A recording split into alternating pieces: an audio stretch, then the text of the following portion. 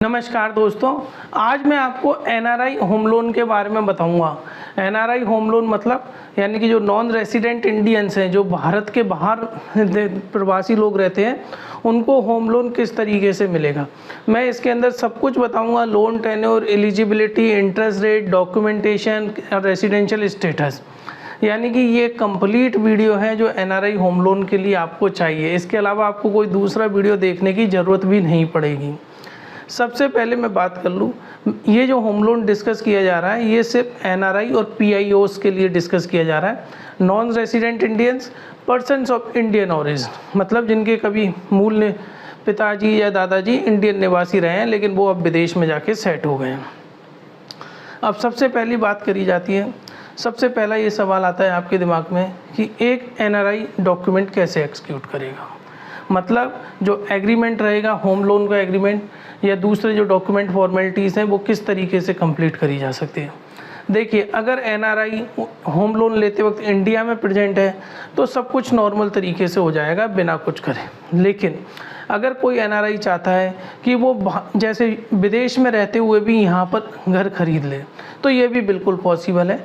और ये पॉसिबल है पावर ऑफ अटॉर्नी की मदद से।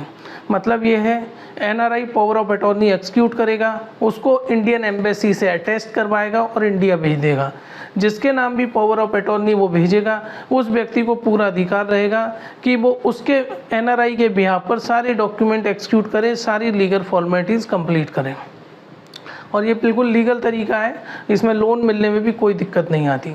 एक बात का विशेष ध्यान रखिएगा कि जो पावर ऑफ अटॉर्नी है एनआरआई की, वो इंडियन एम्बेसी ज़रूर अटेस्ट करें, बिना उसके पावर ऑफ अटॉर्नी मान्य नहीं होगी। पावर ऑफ अटॉर्नी तब एक बार इंडियन एम्बेसी ने अटेस्ट कर ली, उसके बाद यहाँ पर जिस भी स्टेट में वो एक्सिक्यूट होनी है वहाँ पर उसकी proper legal fees, stamp duty payment करने के बाद पावर ऑफ अटॉर्नी एक लीगल डॉक्यूमेंट आ जाता है। अब बात करते हैं होम लोन की कि होम लोन क्या क्या पर्पज़ से मिलता है। देखिए, अगर आप हाउस या प्लॉट खरीद रहे हैं उसके लिए आपको होम लोन मिल सकता है। अगर आपने ऑलरेडी प्लॉट लिया हुआ है, उस पर कंस्ट्रक्शन कराना चाहते हैं, उसके लिए होम लोन मिल जाएगा।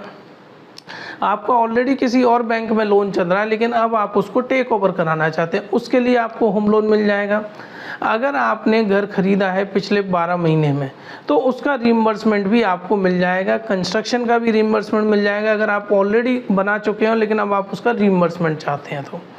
यानी कि होम लोन के पर्पज़ ये सारे हैं।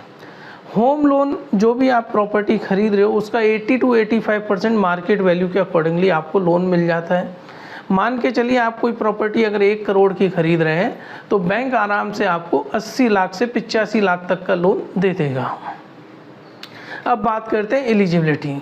ये बहुत इंपॉर्टेंट चीज़ है एलिजिबिलिटी, क्योंकि जो मैक्सिमम केस रिजेक्ट होते हैं होम लोन में वो इसलिए होते हैं लोगों को एलिजिबिलिटी पता नहीं होती और वो कुछ ना कुछ गलत स्टेप ले लेते हैं जिसकी वजह से होम लोन रिजेक्ट होते हैं। सबसे पहली बात, होम लोन मिलेगा जिसकी उम्र 21 साल से ज़्यादा होगी और 60 साल से कम होगी। दूसरी एलिजिबिलिटी आती है क्रेडिट स्कोर। यहाँ पर एक चीज़ विशेष ध्यान रखने की चीज़ है कि इंडिया में जो क्रेडिट एजेंसीज है उसका स्कोर तो देखा ही जाएगा। आप जिस कंट्री में रिसाइड कर रहे हैं वहाँ पर जो भी लोकल क्रेडिट एजेंसी है वहाँ की भी सिविल रिपोर्ट आपकी निकाली जाएगी। अगर मान के चलिए आपने इंडिया में तो कोई लोन डिफ़ॉल्ट नहीं किया लेकिन विदेश में आपका कोई लोन डिफ़ॉल्ट में चल रहा है तो यहाँ की बैंक भी आपको लोन नहीं देगी। आपकी सिविल दोनों ओर से क्लियर होनी चाहिए। अगर आपको लग रहा है कि अब्रॉड में आपकी सिविल क्रेडिट स्कोर अच्छा नहीं है तो बिल्कुल अप्लाई मत करिएगा। हो सकता है किसी न किसी स्टेज पे जाके आपकी लोन की फ़ाइल कैंसिल या रिजेक्ट हो जाएगी। दूसरा, सैलरी। देखिए, एनआरआई के लिए बैंक मिनिमम 1 लाख रुपए की सैलरी कंसीडर करता है। अगर आप 1 लाख रुपए से कम वाली सैलरी पे अप्लाई करोगे तो चांसेस बहुत ज़्यादा है कि आपकी फ़ाइल रिजेक्ट हो जाएगी। लेकिन 1 लाख से ज़्यादा अगर आपकी तनख्वाह आ रही है आईएनआर में, अगर जिस भी करेंसी में आपको पेमेंट मिल रहा है उसको अगर आप आईएनआर में कन्वर्ट करते हैं और वो 1 लाख से ज़्यादा है तो चांसेस ज़्यादा है कि आपको लोन मिल जाएगा। दूसरा, को एप्लीकेंट। होम लोन के केस में आपको एक को एप्लीकेंट ज़रूरी है और वो इंडियन होना चाहिए। और दूसरा, वो कोई आपका ब्लड रिलेटिव होना चाहिए। भाई हो सकता है, अनमैरिड सिस्टर हो सकती है, माता पिता हो सकते हैं या आपकी वाइफ हो सकती है। अगर ब्लड रिलेटिव नहीं है तो वो आपका को एप्लीकेंट नहीं बन सकता, क्योंकि कई एनआरआई केस इसलिए भी रिजेक्ट हो जाते हैं कि वो इंडिया में तो प्रॉपर्टी लेना चाहते हैं लेकिन उनका कोई ब्लड रिलेटिव या तो नहीं है या जो ब्लड रिलेटिव है वो उसकी गारंटी नहीं दे सकता। यानी इस तरीके से आप हमेशा ध्यान रखिए, अगर को एप्लीकेंट इंडिया में ज़रूरी है आपके लिए। वर्क एक्सपीरियंस, अगर आप विदेश में काम कर रहे हैं तो कम से कम 2 साल का आपको वर्क एक्सपीरियंस होना चाहिए और प्रेजेंट कंपनी जिसमें अभी आप काम कर रहे हैं उसमें आपका 1 साल कंप्लीट हो जाना चाहिए। और जो प्रेजेंट कंपनी है जिसमें आप कर रहे हैं उसके एचआर का ईमेल आईडी ज़रूर होना चाहिए, क्योंकि जो भी वेरिफिकेशन होगा वो आपका एचआर करेगा आपकी जॉब से रिलेटेड, और वो बैंक ऑफिशियल मेल आईडी से, बैंक के ऑफिशियल मेल आईडी से वो ऑफिशियल एचआर के मेल आईडी पर कंफर्मेशन लेगा। ये विशेष ध्यान रखें। और वो आपकी जो भी जिस भी कंपनी में काम करते हो उसकी वेबसाइट हो और एक प्रॉपर यानी कि जिसका वेरिफिकेशन हो सकता हो। अब बात करते हैं प्रॉपर्टी की। देखिए आप एनआरआई हैं, अगर आप किसी भी लीगल एंगल में या लीगल टसल में नहीं फंसना चाहते तो इन चीज़ों का विशेष ध्यान रखें। सबसे पहले कि सारे टाइटल क्लियर होने चाहिए, मतलब आप जिससे प्रॉपर्टी खरीद रहे हैं वो ही उसका एक्चुअल ओनर होना चाहिए। वो आपको पता चलेगा पर आप किसी वकील को दिखाओगे तो। अगर आप कोई किसी बड़ी सिटी में प्रॉपर्टी खरीद रहे हैं, जैसे दिल्ली में दिल्ली डेवलपमेंट अथॉरिटी, जयपुर में जयपुर डेवलपमेंट अथॉरिटी, जिस भी चंडीगढ़ में भी है, इस तरह जो भी गवर्नमेंट अथॉरिटी है वहाँ की लोकल, उसके द्वारा वो प्लॉट पट्टा पक्का होना चाहिए, अप्रूव्ड होना चाहिए।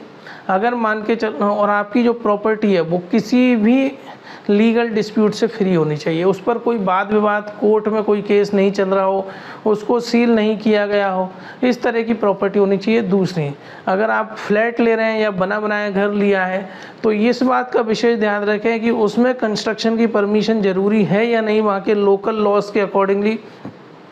अगर कंस्ट्रक्शन की परमिशन ज़रूरी हो तो ये ज़रूर इंश्योर कर लें कि उसके डॉक्यूमेंट्स के साथ कंस्ट्रक्शन की परमिशन है। देखिए अलग अलग जगह लॉ अलग अलग होते हैं। अगर मैं राजस्थान की बात करूं, जयपुर की, जयपुर में अगर किसी ने मकान बनाया है G+2 तक के लिए उसको कोई कंस्ट्रक्शन की ज़रूरत, परमिशन की ज़रूरत नहीं है, अगर उसका 500 गज के अंदर मकान बना है तो। इस तरीके से आपको देखना पड़ेगा कि जो मकान का जो दायरा है वो परमिशन के अंदर आता है या नहीं आता। उसके लिए थोड़ा बहुत आपको इंटरनेट पे सर्च करके इजीली आपको पॉलिसीज़ मिल जाएंगी लोकल। अब बात करते हैं रीपेमेंट की, कितने दिन में आप अपने होम लोन का रीपेमेंट कर सकते हो। देखो बैंक कम से कम ज़्यादा से ज़्यादा आपको 30 साल का पीरियड देती है, या आपकी उम्र 70 साल तक हो जाए तब तक आपका रीपेमेंट का पीरियड हो सकता है। मान के चलिए आपकी उम्र 50 साल है, अब आप बैंक के पास गए कि मुझे 30 साल का रीपेमेंट पीरियड चाहिए, लेकिन आपकी 70 साल तक की उम्र तक 20 साल होते हैं, तो बैंक आपको 20 साल तक का ही रीपेमेंट पीरियड देगी। अब बात करते हैं मॉरेटोरियम पीरियड।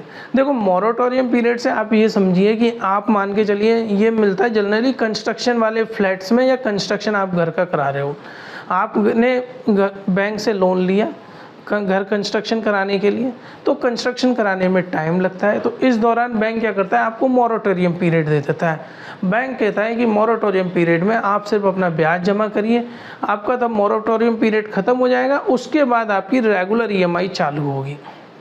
ये मॉरेटोरियम का पीरियड होता है जिसमें मैक्सिमम 18 महीने तक का आपको मॉरेटोरियम पीरियड मिल सकता है। अब बात करते हैं इंटरेस्ट रेट। देखिए जो इंटरेस्ट रेट बैंक इंडियन लोगों को ऑफ़र करते हैं, NRI को भी सेम इंटरेस्ट रेट ऑफ़र करी जाती है। और आज की डेट में जनरली आप किसी भी बैंक में अप्लाई करेंगे NRI पर्सनल होम लोन तो आपको 8 से 9% के बीच में इंटरेस्ट रेट मिलेगी। अब हम बात करते हैं चार्जेस की। देखिए जब भी आप होम लोन लेंगे प्रोसेसिंग फ़ीस लगेगी। प्रोसेसिंग फ़ीस जनरली 10 से 20 हज़ार से ज़्यादा नहीं होती। स्टाम्प ड्यूटी लगेगी, जिस स्टेट में भी आप ले रहे हैं वहाँ पर जो भी स्टाम्प ड्यूटी एप्लीकेबल है वो स्टाम्प ड्यूटी आपको देनी पड़ेगी। जैसे कि अगर यदि मैं इंडिया की बात करूँ तो अगर राजस्थान की बात करूँ तो होम लोन पे 0.2% की आपको स्टाम्प ड्यूटी देनी पड़ती है। वैल्यूएशन रिपोर्ट का पैसा आपको देना पड़ेगा।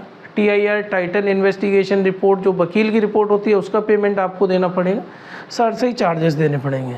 लेकिन ये जितने भी चार्जेस मैं बता रहा हूँ ये बहुत नॉमिनल चार्जेस होते हैं। सब कुछ मिला के स्टाम्प ड्यूटी को छोड़ दो तो 20 हज़ार के अंदर आपका सारा काम हो जाता है। अब सबसे इम्पोर्टेंट बात कि एनआरआई में डॉक्यूमेंट क्या क्या लगेंगे, ये बहुत इंपॉर्टेंट चीज़ है। आपके पास ये सारे डॉक्यूमेंट्स होने चाहिए, बिना इसके आपकी फ़ाइल आगे नहीं जाएगी। सबसे पहले आपको application form passport size photo के साथ कंप्लीट एप्लीकेशन फॉर्म अच्छे ढंग से भर लेनी है। अब बात करते हैं केवाईसी डॉक्यूमेंट की। देखो, आइडेंटिटी प्रूफ चाहिए, मतलब वैलिड पासपोर्ट चाहिए, एनआरआई स्टेटस प्रूफ चाहिए, वैलिड वर्क वीज़ा परमिट या इन absence of OCI card OCI declaration in ICICI bank format चाहिए। ओवरसीज़ का एड्रेस प्रूफ चाहिए आपको, इंडियन एड्रेस प्रूफ चाहिए जो आपका लोकल एड्रेस प्रूफ हो। तीसरा, पैन कार्ड चाहिए, अगर पैन कार्ड नहीं है तो आपको फॉर्म 60 भर के देना पड़ेगा। अब बात करते हैं सैलरीड क्लास। अगर मान के चलिए कोई एनआरआई है, वो सैलरीड क्लास है, तो उसको पिछले दो महीने की सैलरी स्लिप देनी पड़ेगी और 3 महीने का बैंक अकाउंट स्टेटमेंट देना पड़ेगा। अगर मैं बात करूं कि अगर एनआरआई सेल्फ एम्प्लॉयड है, मतलब उसका बिजनेस है विदेश में, तो उसको पिछले 3 साल की ऑडिट रिपोर्ट देनी पड़ेगी, सीए सर्टिफाइड। पिछले 3 साल का आईटीआर रिटर्न देना पड़ेगा। उसको जो बिज़नेस है उसके रजिस्ट्रेशन का सर्टिफिकेट देना पड़ेगा। 6 महीने का बैंक अकाउंट स्टेटमेंट देना पड़ेगा। ऑफिस एड्रेस प्रूफ देना पड़ेगा। और जो भी उसके डायरेक्टर और शेयर होल्डिंग की लिस्ट है वो उसको देनी पड़ेगी बैंक के अंदर। अब बात करते हैं ओवरसीज़ क्रेडिट ब्यूरो रिपोर्ट। देखो, वैसे तो बैंक खुद अरेंज कर लेता है क्रेडिट ब्यूरो रिपोर्ट अब्रॉड की, लेकिन अगर आपके पास अवेलेबल है तो आप दे सकते हैं, लेकिन जो क्रेडिट रिपोर्ट आप देंगे वो 45 दिन से पुरानी नहीं होनी चाहिए। अब मान के चलिए अगर आप बैलेंस ट्रांसफ़र करा रहे हैं कि अपने लोन का एक बैंक से दूसरे बैंक में, तो आपको 1 साल का बैंक अकाउंट स्टेटमेंट देना पड़ेगा उस लोन का, उसके बाद ही वो बैलेंस ट्रांसफ़र हो पाएगा। अब बात करते हैं डिसबर्समेंट ऑफ लोन कि भाई लोन डिसबर्समेंट कैसे होगा।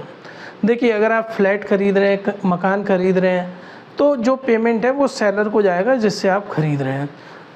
अगर मान के चलिए आप कंस्ट्रक्शन के लिए खरीद रहे हैं तो आपको स्टेप बाय पेमेंट मिलेगा जैसे जैसे कंस्ट्रक्शन पूरा होगा, और वो आपके अकाउंट में जाएगा। अगर आप रीइंबर्समेंट करा रहे हैं तो पैसा आपके अकाउंट में जाएगा। ये 3 तरीके हैं। आप होम लोन कभी भी क्लोज़ करा सकते हैं, उस पर किसी तरह की कोई पेनल्टी नहीं लगती as per reserve bank of India instruction. Friends, अगर आप भी अपने किसी रिलेटिव या फ्रेंड्स को हमारे द्वारा लोन दिलाते हैं, personal loan, business loan, home loan, तो हम आपको 2% तक का कमीशन देते हैं। आप सिंपली फाइल रेफ़र कर सकते हैं हमारे ऊपर दिए हुए व्हाट्सअप नंबर पर। ये व्हाट्सअप नंबर इंडिया का है, तो इस पर 91 ज़रूर लगा लीजिएगा। आप हमसे कांटेक्ट करिए, हम आपको बेस्ट डील दिलाएंगे पैन इंडिया। फ्रेंड्स, मैंने एक वीडियो बनाया है कि जो होम लोन के लिए पावर ऑफ अटॉर्नी जो एनआरआई एक्सिक्यूट करते हैं उसका पूरा प्रोसेस क्या है, किस फॉर्मेट में होती है और किन किन चीज़ों को आपको सावधानी रखना है, वो देखने के लिए आप ऊपर क्लिक करके देख सकते हैं। धन्यवाद।